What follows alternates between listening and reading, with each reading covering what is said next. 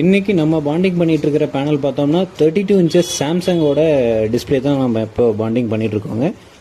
Customer வந்து தண்ணி போட்டு தொடச்சதுக்கப்புறம் கீழே காஃபெல்லாம் பர்ன் ஆகி ஷார்ட்டாக இருந்தது.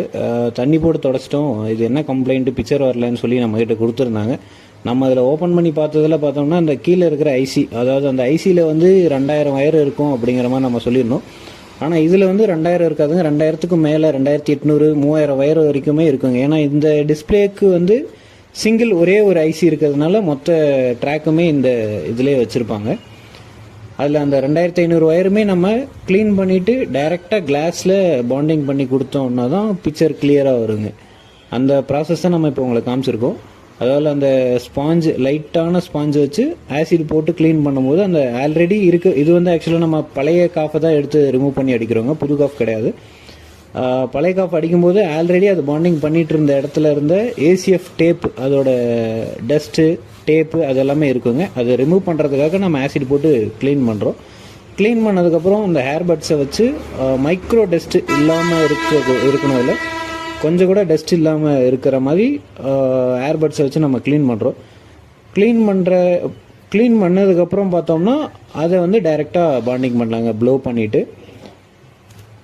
இந்த வீடியோவோட எண்டிங்கில் உங்களுக்கு அந்த 2500 வயர் இருக்கா அப்படிங்கிறத நான் காமிக்கிறேன் உங்களுக்கு. ஏன்னா ஆல்ரெடி நிறைய பேர் கேட்டிருந்தீங்க, கமெண்ட்ஸ்லும் பண்ணியிருந்தீங்க, 2000 வயர்லாம் இருக்கவே இருக்காது, அதில் அப்படி இருந்தாலும் அது பண்ணுறது, பாண்டிங் பண்ணுறது, ஸ்ட்ரெயிட் டு ஸ்ட்ரெயிட் பேஸ்ட் பண்ணுறது ரொம்ப ரிஸ்க்கு, அப்படியெல்லாம் பண்ண மாட்டீங்க அப்படிங்கிற மாதிரி நிறைய சொல்லியிருந்தீங்க கமெண்ட்டில். நம்ம அந்த வந்து இது டைரெக்டாகவே லைவாகவே காமிக்கிறோங்க. அதில் பார்த்தீங்கன்னா தெரியும், லெஃப்ட் சைடு கார்னரில் இருக்கக்கூடிய ஹை வோல்டேஜ் ஒரு 40-45 வோல்ட் வரைக்கும் போகிற ட்ராக்ஸ் மட்டும் கொஞ்சம் பெருசாக இருக்குங்க.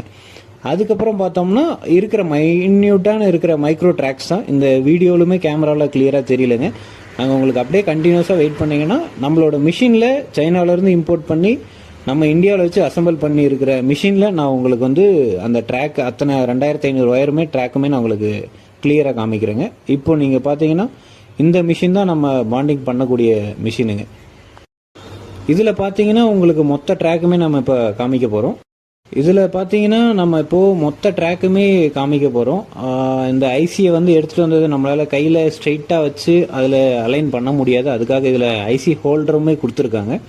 அதுக்கு முன்னாடி இந்த டூலை வந்து க்ளீன் பண்ணிக்கணும். இந்த டூலை ஆல்ரெடி இதுக்கு முன்னாடி பாண்டிங் பண்ண யூஸ் பண்ணக்கூடிய டேப்ஸ் எல்லாமே அதில் ஒட்டியிருக்கும். அதை வந்து நல்லாவே க்ளீன் பண்ணோம்னா, ஆசிட் போட்டு க்ளீன் பண்ணோம்னா தான் நியூவாக பாண்ட் பண்ணக்கூடிய ஐசி வந்து கிளியராக பேஸ்ட் ஆகுங்க, இல்லாட்டி ரிப்பீட் ஆகும். இன்கேஸ் கிளியராக பாண்ட் ஆகலை, இதில் இருக்கிற 2500 வயரும் கிளாஸில் இருக்கிற